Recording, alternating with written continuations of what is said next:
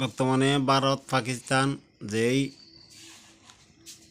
এই সংঘর্ষের মধ্যে আছে, এই মুহূর্তে এই পাকিস্তানের উচিত এই বাংলাদেশের কাছে ৭১-এর যুদ্ধ নিয়ে যেই মর্মাহত দুর্ঘটনা বাংলাদেশের সাথে করছিল, এই গণহত্যা বা যেই ক্ষয়ক্ষতি করছিল, ওগুলোর জন্য আনুষ্ঠানিকভাবে ক্ষমা চাওয়া আর ক্ষয়ক্ষতিগ্রস্ত যেগুলোর ক্ষতিপূরণ দিয়ে বাংলাদেশের সাথে সম্পর্ক ভালো করা। তাহলে এখন ইন্ডিয়ায় যে হিসেবে পাকিস্তানকে বা চাপাচাপি করতেছে, আসলে কিন্তু এটা আমাদের ইসলাম কান্ট্রি হিসেবে আমাদের কাছে কিন্তু অনেক খারাপ লাগতেছে।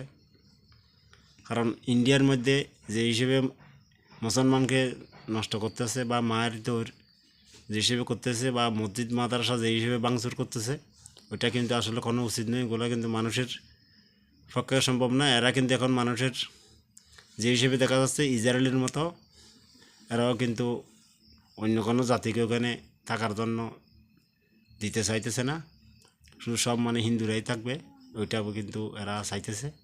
কিন্তু আসলে আমরা বাংলাদেশে তো হিন্দু, মুসলমান, বৌদ্ধ, খ্রিস্টান সকল জাতি, আমরা মনে করি সকল জাতি মিলে আমরা গণতন্ত্র বাংলাদেশ চাই।